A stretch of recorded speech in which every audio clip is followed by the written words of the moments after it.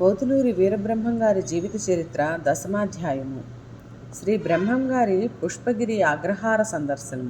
శ్రీ వీరబ్రహ్మేంద్ర స్వాముల వారు శిష్య సమేతంగా ప్రయాణాన్ని కొనసాగించి మార్గమధ్యంలో కొన్ని గ్రామాలను సందర్శించి అచ్చటి భక్తుల కోరికపై వారికి ఉపదేశాలనిచ్చి ముందుకు సాగారు. శ్రీ స్వామివారు ఎద్దుల బండిలో ఆసీనులవగా సిద్ధయ్య కాలినడకన ఆ బండి వెనుక అనుసరిస్తూ స్వామివారికి వింజామరులు వీచుచుండ మిగతా శిష్యులు స్వామివారి నామ గుణ సంకీర్తనలు చేస్తూ వారిని అనుసరించసాగారు.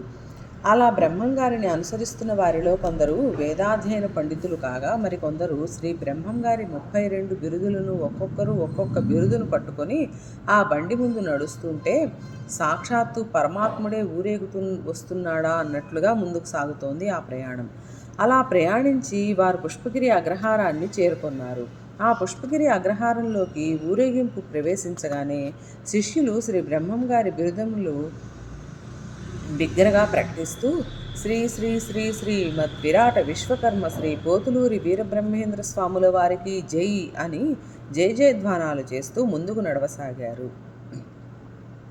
స్వామివారి ఊరేగింపు ఆ అగ్రహార ప్రధాన మార్గం గుండా సాగుతుండగా ఆ అగ్రహారం మధ్యనున్న రచ్చబండ మీద ఆసీనులై ఉన్న కొందరు వైదిక బ్రాహ్మణులు ఆ జయ జయధ్వానాలను విన్నారు. వారంతా ఆ అగ్రహారమునకు పెద్దలు. ఆ పుష్పగిరి అగ్రహారీకులు శ్రీ వీరబ్రహ్మం గారి గురించి ఎప్పుడో విని ఉన్నారు. శ్రీ బ్రహ్మం గారు విశ్వబ్రాహ్మణుడని విని ఆయన పట్ల చులకన భావంతో ఉన్నారు. అంతేగాక శ్రీ బ్రహ్మం గారు జాతి సంకరాలు, వర్ణ సంకరాలు, మత సంకరాలు చేస్తూ హైందవ జాతిని సర్వనాశనం చేస్తూ వస్తున్నారన్న చెడు అభిప్రాయాన్ని వారంతా కలిగి ఉన్నారు. అలాంటి వైదిక బ్రాహ్మణులున్న పుష్పగిరి అగ్రహారంలో శ్రీ వీరబ్రహ్మం గారి పేరున జయ జయధ్వానాలు వినవచ్చేసరికి ఆ వైదిక బ్రాహ్మణవరేణ్యులందరూ ఉలిక్కిబడి మొహాలు చూసుకున్నారు. అంతలో స్వామివారి ఊరేగింపు అటువైపే వచ్చింది. జయ జయధ్వానాలు అగ్రహారం అంతటా ప్రతిధ్వనిస్తున్నాయి. అది భరించలేని అగ్రహారీకులు రచ్చబండ దిగి చరచరా నడిచి వెళ్ళి ఊరేగింపును ఆపేశారు. ఆ ఊరేగింపు అకస్మాత్తుగా నిలిచిపోయేసరికి స్వామివారికి వింజామరులు వీచుచున్న సిద్ధయ్య గబగబా ముందుకు వచ్చి ఆ అగ్రహారీకులను గాంచి, అయ్యా, తమరెవరు, మా ప్రయాణాన్ని ఎందుకు నిరోధించారు అని ప్రశ్నించాడు వినయంగా. ఆ ఊరి పెద్ద అతడి వైపు అదోలా చూస్తూ, మా అగ్రహారంలోకి వచ్చి మమ్మల్ని ఎవరిని ప్రశ్నిస్తున్నావా? అసలు నువ్వెవరయ్యా? నీ పేరేమిటి? నీ కులమేమిటి అని ప్రశ్నించాడు దర్భంగా. సిద్ధయ్య చేతులు జోడించి, అయ్యా, నన్ను సిద్ధయ్య అంటారు, నాది దూదేకుల కులము అని చెప్పాడు. ఆ మాట వింటూనే ఒక వైదిక బ్రాహ్మణుడు అగ్రహారంలో ఆగ్రహంతో గుడ్లురుముతూ, ఓరి, దూదేకుల కులంలో పుట్టి మహమ్మదీయుడవై ఉండి హిందువుడిలాగా ముఖాన విభూతి పూసుకొని మెడలో రుద్రాక్షలు ధరించి సద్బ్రాహ్మణుడిలా వేషం వేసుకొని చేతిలో జపమాల ధరించి తిరగడానికి నీకు సిగ్గులేదు? నీకు తోడు కంసాలి కులంలో పుట్టిన వీరబ్రహ్మం కూడానా? విశ్వబ్రాహ్మణుడు అని తగిలించుకోగానే కంసాలివాడు బ్రాహ్మణుడు అయిపోతాడా? కంసాలివాడొక గురువు, ముస్లిం వాడొక శిష్యుడు. మీరిద్దరూ చేరి దేశాన్ని చెడగొట్టడానికి బయలుదేరారా? పైగా సద్బ్రాహ్మణుల మాదిరి కాషాయాలు కట్టి విభూది పూతలు పూసి రుద్రాక్షమాలలు పట్టి మా బ్రాహ్మణ్యాన్నే హేళన చేస్తున్నారా అంటూ మండిపడ్డాడు. మరొక వైదిక బ్రాహ్మణుడు కల్పించుకొని, ఓరి పీరు సాహెబు, అసలు బ్రాహ్మణులంటే ఎవరో తెలుసా? బ్రాహ్మణ్యం గురించి శృతులు ఏమేమి చెప్పాయో తెలుసా? బ్రాహ్మణో స్వముఖ మాసీత్ బాహురాజన్య కృత పూరూత తదస్య యద్వైశ్యం సద్భాగ్యం శూద్రో అజాయతే అనే శృతి ప్రమాణాన్ని అనుసరించి బ్రహ్మముఖాన్నించి జన్మించిన బ్రాహ్మణ వంశస్థులమైన మేమే బ్రాహ్మణులం. మాకు మాత్రమే వేదపారాయణం చేయడానికి అర్హత ఉంది. మాకు మాత్రమే సొంతమైన వేదాభ్యాస అర్హతను మీకెవరిచ్చారు? మా వేదాలు పారాయణ చేసే అధికారం మీకెక్కడిది? ఒక కంసాలి గురువు, ఒక తురక శిష్యుడు కలిసి వేదపారాయణం చేస్తూ బ్రాహ్మణ్యాన్ని భ్రష్టు పట్టిస్తుంటే చూస్తూ ఊరుకుంటామా? నిత్య అగ్నిహోత్ర అనుష్ఠాన నిష్ఠాగరిష్ఠులమైన మా బ్రాహ్మణ జాతిని కాదని అసలు మీరు పీఠాధిపతులు ఎలా అయ్యారు? ఏ అధికారంతో బ్రహ్మోపదేశాలు ధర్మోపదేశాలు చేస్తున్నారు? అసలు మీ గురువుకి ఉన్న జ్ఞానం ఏ పాటి? మేమింతగా గొంతు చించుకొని వాగుతున్నా బండిలో కూర్చుని మీ గురువు బెల్లం కొట్టిన రాయిలా పులకడం పలకడం లేదేమి? మాకు సమాధానం చెప్పేంత వరకు మీ ఊరేగింపు ఒక్క అడుగు కూడా ముందుకు కదలనివ్వము అన్నాడు. సిద్ధయ్య వారికి నమస్కరించి, అయ్యా, మీరంతా ఉద్దండ వేద పండితులే, బ్రహ్మజ్ఞానులు. నేను మీ అంతటి వాడను కాను.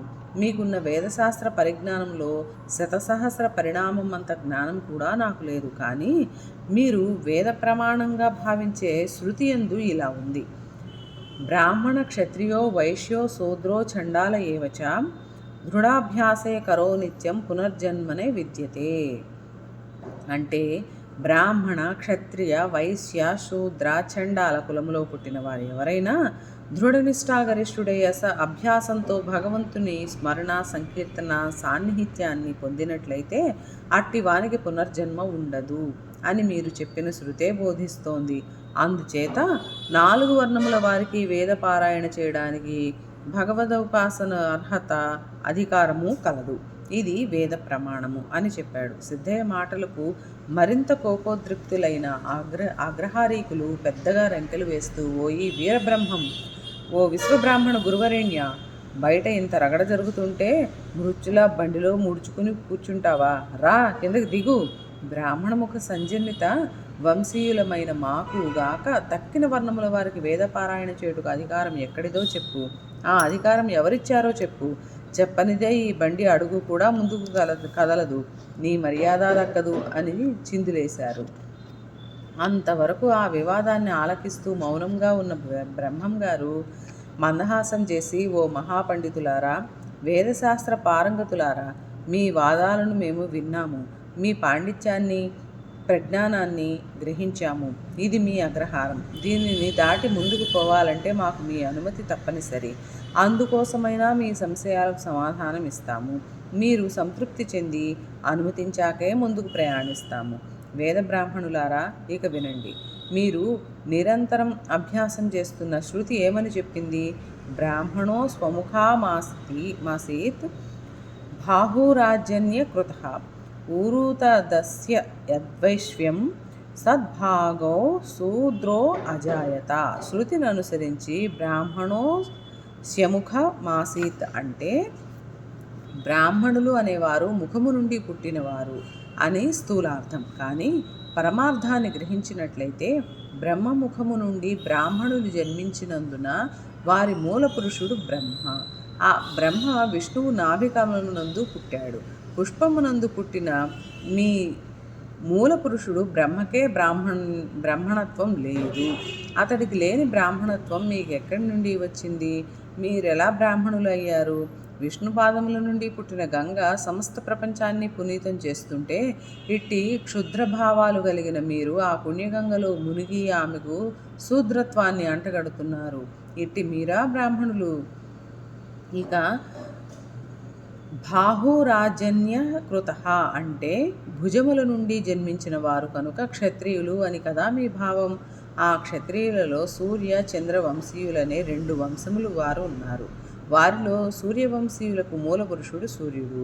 ఈ సూర్యుడు కశ్యప బ్రహ్మకు జన్మించాడు. ఇక చంద్రవంశీయులకు మూల పురుషుడు చంద్రుడు.